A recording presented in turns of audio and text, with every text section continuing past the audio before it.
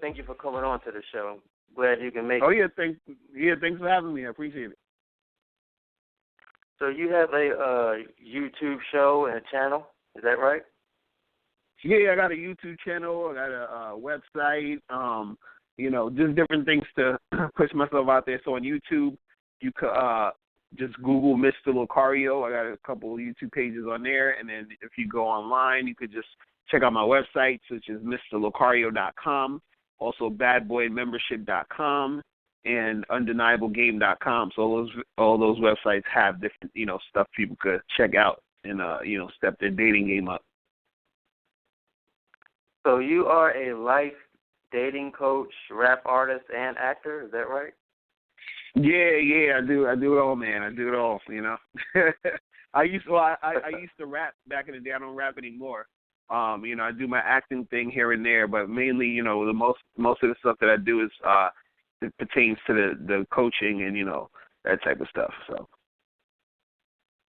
And so I guess as far as the YouTube channel. What are the basic things that you cover, your content, the kind of things that you post on that channel? What are the basic things that you cover? Basically, I have some different ones. So one of the channels that I got, my main channel, is advice for men. So I talk to men about, their mindsets, how to be confident, how to pick up women, how to talk to girls, different things like that. And then I have a channel for women where I, give advice to women. And then, I have another channel where I just put some, random stuff on there.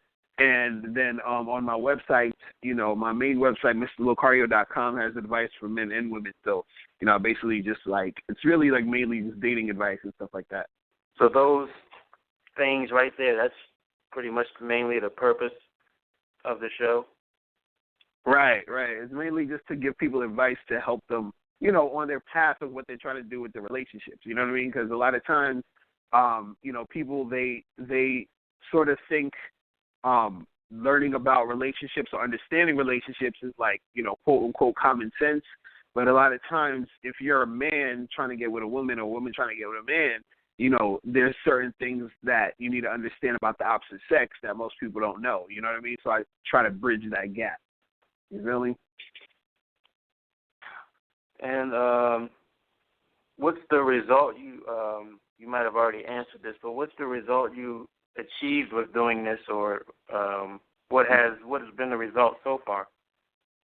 Yeah, so basically the result is a lot of people that I help, 'cause I get emails basically every day from different people asking for advice, but also people letting me know the stuff that I've told them, to do, help them out. So it's really, the result is people really getting to the point where they're actually getting what they want and they're actually seeing, progress in their dating life. So that's really what it's really all about, just getting them from point A to point B so that they can really see improvements and that they can really get what they want. Do you receive negative or what you consider negative feedback, like comments in the comment board, something like that?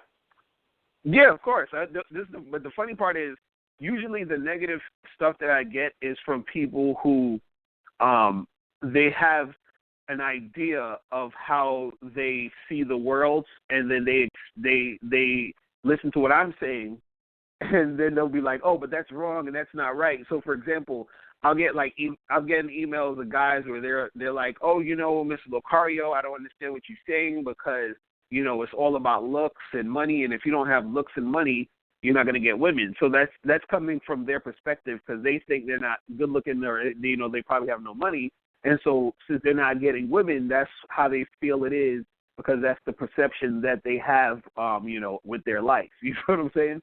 So the thing is, I try to tell people is that you have to really understand what the game is, and those people who usually leave those comments or say those things, they don't really understand the game. So they're coming from it from a aspect of being sort of ignorant to what's really going on out there.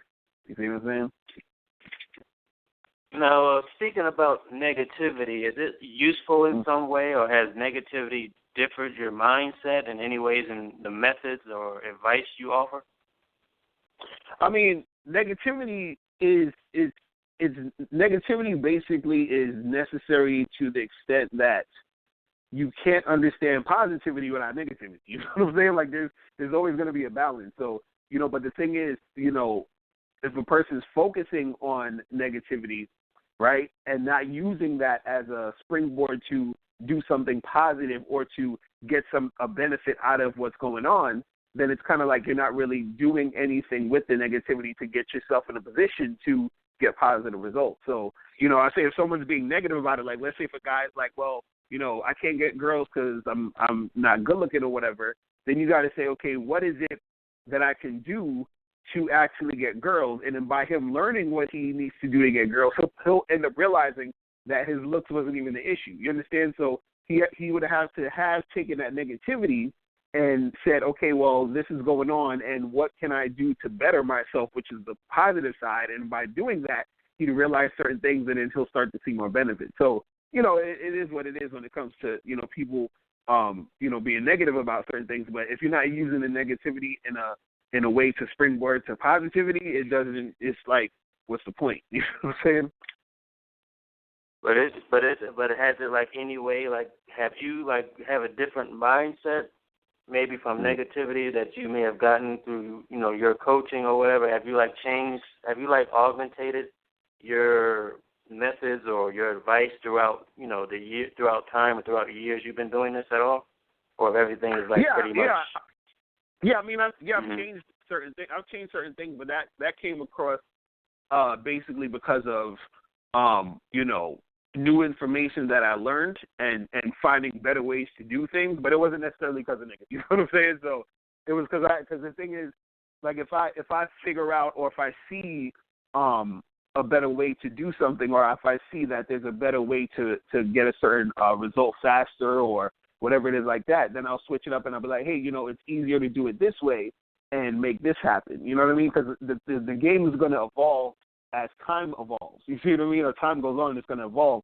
So, for example, you might have things like right now, like, a lot of online dating apps that's popping up, which a lot of these things are new. So there's going to be some sort of new thing as far as involved in dating apps versus regular online dating from 5 or 6 years ago. So that's going to evolve. So then you switch it up and you say, okay, well, this app, can make it easier for you if you use this versus if you was doing that. But that's just switching it up over time based off of you seeing the benefit out of this new thing. It's not necessarily switching it up because of something negative. You know what I'm saying? Because the thing is, I don't really focus too much on the negativity, or I don't see it as negative. You know what I'm saying? I see it as more so, it's just something that is what it is at the time. You see what I mean? Okay, yeah, I got you.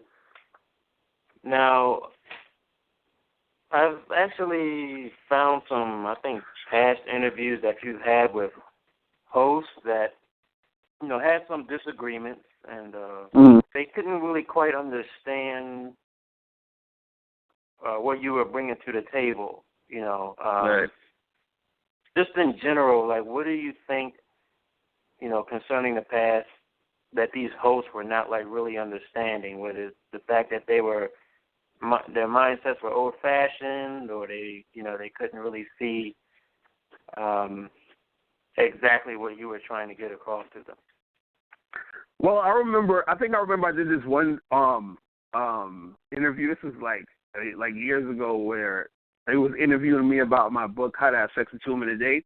And so it was like these female hosts, and they were just they really just couldn't understand it. So the thing is, the reason why most people or some people won't really get it is because there's a difference between what people say they want or what they say they're into or whatever, and what they actually respond to. So what's happening is that since most people are not really in the game, they're not really out there, talking to people, interacting, doing all this other stuff, they don't really know what works. What they think they've been told works, but what you've been told that works isn't necessarily what works, if you get what I'm saying. So, for example, if you're a kid and you're grown up, let's say you grew up with your mom, and then you ask your mom about, you go to school, you like some girl, and your mom is like, oh, just be nice to her, buy her flowers, be a gentleman, and then you do all that stuff, and then you don't get her. You understand? You're confused. You're like, what the hell's going on? You feel what I'm saying? Because that's not necessarily the reality of the situation. You see what I mean? So it's like you got to understand the reality of the situation to really understand how things are going to work in the real world. You see what I mean? And that's kind of like what I try to bring to the game is the real world, realistic thing. And so, in those interviews, some of the people that's asking me the questions, especially like the interview I'm talking about with the lady that was interviewing me about my book, since she's a woman, she's not going to understand the perspective of a man trying to attract a woman because she's never been a man trying to attract women. So even though she's into guys or she likes guys, she doesn't even understand the subconscious things that make her want to get with a man. So she also is conditioned in saying, oh, yeah, she'll be like, hey, I want a guy who's going to treat me nice, who's going to do this, who's going to do that. But usually you see women end up with the opposite of those type of guys. And that's because what they respond to is different than what they say they want. You see what I'm saying? So it's a whole different, it's just too many different levels that's going on which is why most people don't get it, on the surface. You see what I mean? Yeah. Folks, this is Jay Talks to the People Radio. I have my special guest, Mr. Locario, life dating coach and an actor. And moving into the acting realm, I kind of like that film. Well, I do love that film. I believe it's Your Fault You Are Single. Is that the correct title of it? Yeah. It's Your Fault You're Single. Yeah. How did that project come about? The writing story. How did you find the cast? How did that come about? Yeah. So with that film, that's like based off of my book for women, which is called "It's Your Fault You're Single: Tips on Finding Mr. Right." So the way I came out with that was actually when I was in school. I used to go to Hunter College, and I was taking a screenwriting course. And then so for the screenwriting course, I did that movie, that short film was my project. So I wrote it out, I put it together, and then once I was done out of school, I was like, I want to actually make it into a real film. You know what I mean? So I was like, let me hold some auditions. I had put out some casting calls, had some auditions, and then the right people came along, and then we just pretty much shot it ourselves, and then that was it. You know what I'm saying? And we just put it out. And what was pretty much like the experience the whole time with filming and everything like that? I mean, it was cool, but the thing was I did a movie before that. I did a movie, my other short film, How to Have Sex with Two Women a Day. So that was like the first one that I did, and then the It's Your Fault You're Single movie was the second one. And so the thing with that was the shooting and everything went well. We shot it, I think, in like 2 days.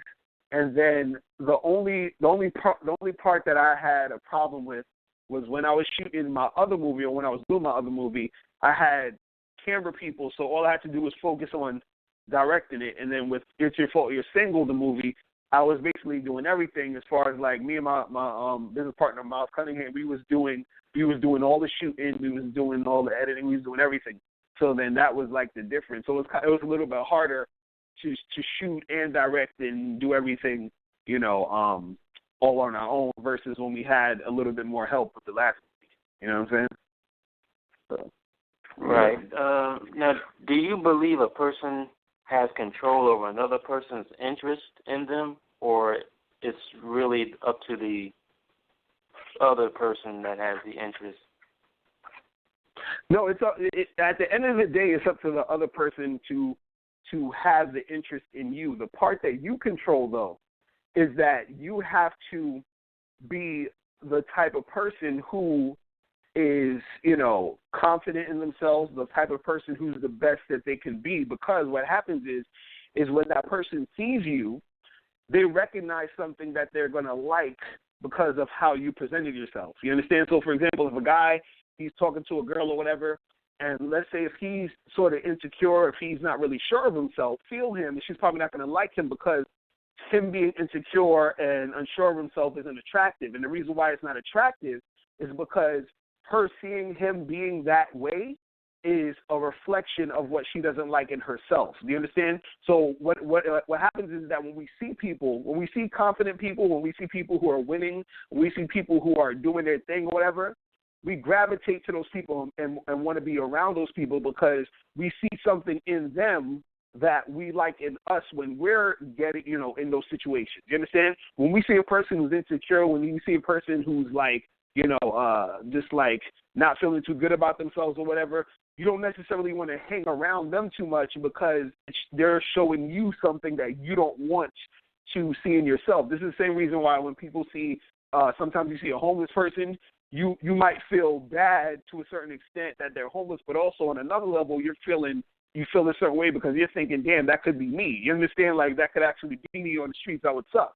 So this is why I'm saying, like, if a person is into you, what happens is that it's their feeling of they're attracted to you because they're attracted to what you represent, which is something that they like within themselves. So it's not necessarily you trying to get someone to like you. It's about you trying to be you being the best that you can be, and then you're going to attract more people. You see what I'm saying? And I think that's the problem that most people have, is that they're trying hard to get someone to like them. You can't really get anybody to like you. Anybody who likes you or is into you is really feeling you based off of what they like, and at that moment you are the representation of what they like because you're the reflection of what they like in themselves. You see what I'm saying? So that's what it's really about. Yeah, so as long as the other person has genuine interest, one needs not to burden themselves about what they call being in the friend zone or how often they interact or if they may be doing something wrong. The two persons feel the same about one another.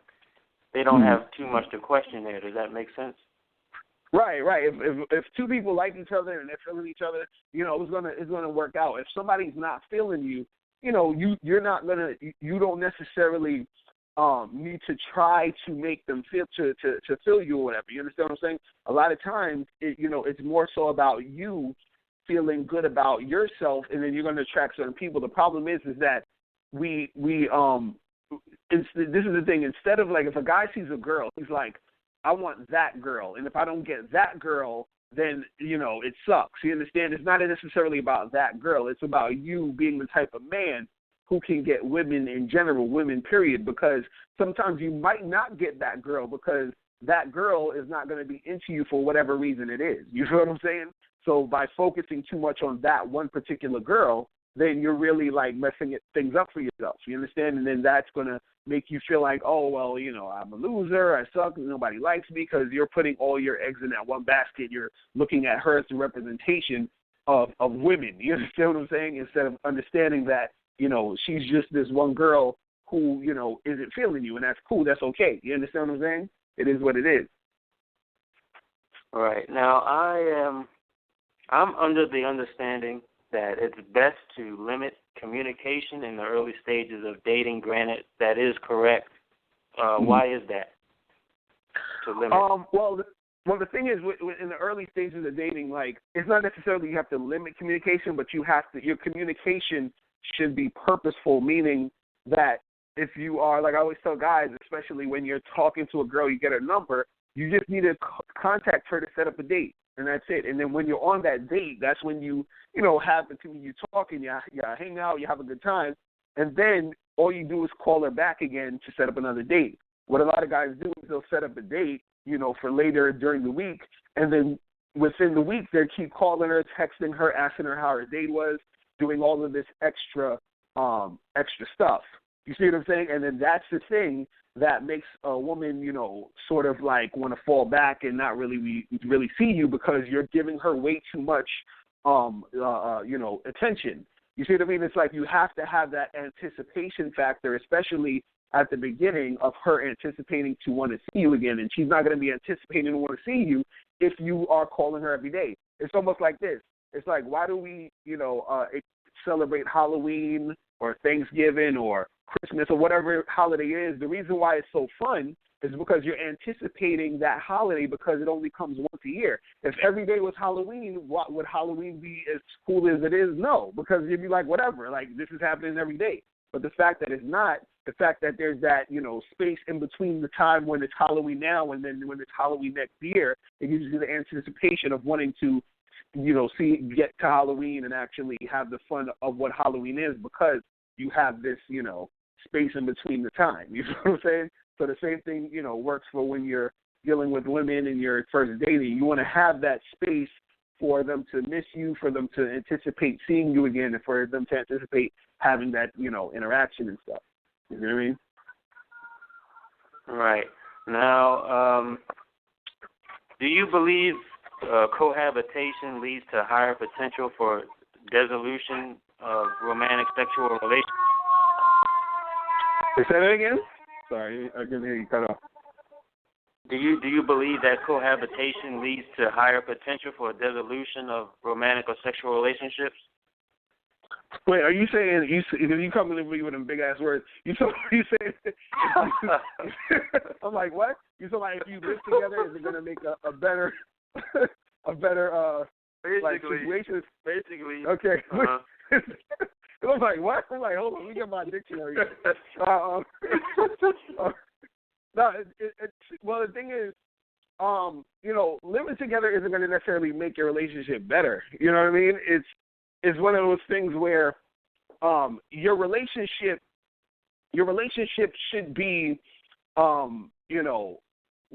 good, no matter what's going on as far as if you're living together, if you're not living together, if it's long distance, short distance, whatever it is. Like that relationship between those two people, should be good. The thing is that all those other things outside of that, as far as like, okay, if you're living together, all these other different things, it'll only be bad technically if the relationship that you're having with that person isn't good. This is why, like when people get married, usually like if you have a person who gets married and then the marriage doesn't work or the marriage is not that great, it's usually because the two people who got married, their relationship wasn't that great before they even got married. So their relationship sucked before they were married. They got married because they felt, hey, we've been together for a couple years.